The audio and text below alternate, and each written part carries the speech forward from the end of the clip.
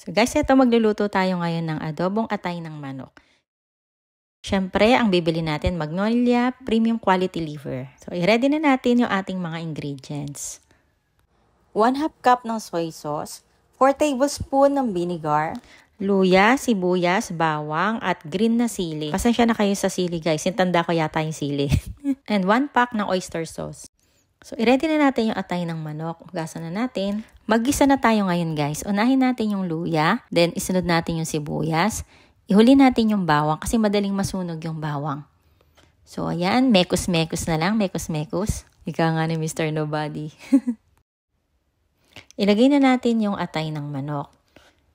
Oh, mex-mex na uli, mex-mex.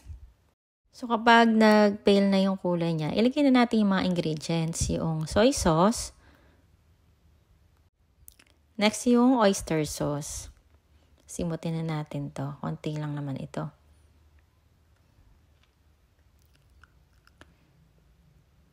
Ilagay na natin yung water. 1 cup of water lang.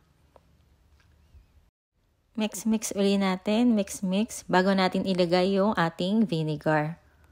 Then, takpan na natin. Pakaluin natin ng 5 to 6 minutes. So, after 6 minutes, isa-segregate na natin yung liver sa sabaw. Ngayon, pa-fry natin ngayon yung liver. Yung sabaw, guys, itabi nyo kasi gagamitin natin yan mamaya after natin ma-fry yung liver. Lagyan natin ng konting cooking oil. So, i-fry na natin hanggang sa mag-golden brown. Then, ilagay na natin yung pinagkuluan niyang sabaw kanina.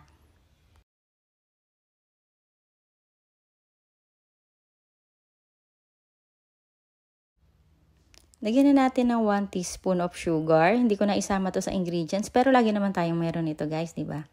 Next, yung sili. Nasintanda ko guys. Dagdagan nyo na yung sili guys. Gawin nyo ng 3 kasi 2 lang yung nabili ko. Then, yung ating paminta.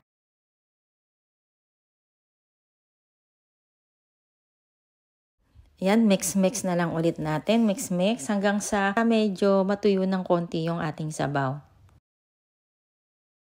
Ready to serve na ang ating adobong atay ng manok.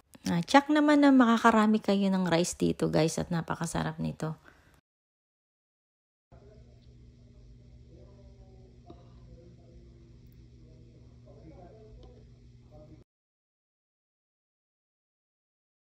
Please don't forget po to subscribe to our YouTube channel, The Kuligligs Vlogs, para po sa iba pang mga videos.